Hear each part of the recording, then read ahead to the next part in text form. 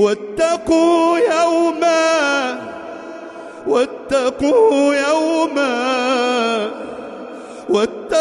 يوما لا تجزي نفس عن نفس شيئا ولا يقبل منها شفاعة ولا يؤخذ منها عدل ولا هم ينصرون.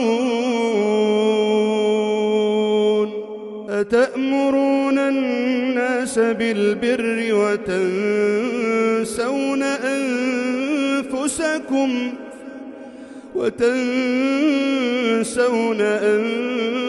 أنفسكم وأنتم تتلون الكتاب أفلا تعقلون.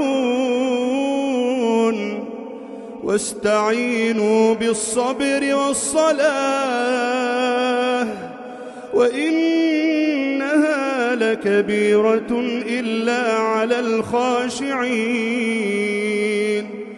الذين يظنون أنهم ملاقو ربهم وأنهم إليه راجعون. يا بني إسرائيل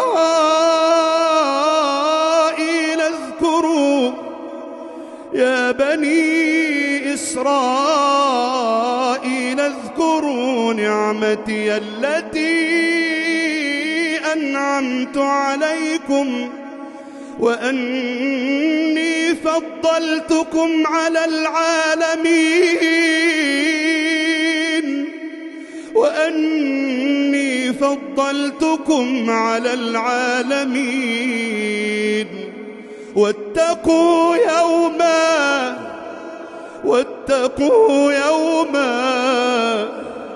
واتقوا يوما لا تجزي نفس عن نفس شيئا ولا يقبل منها شفاعة ولا يؤخذ منها عدل ولا هم ينصرون.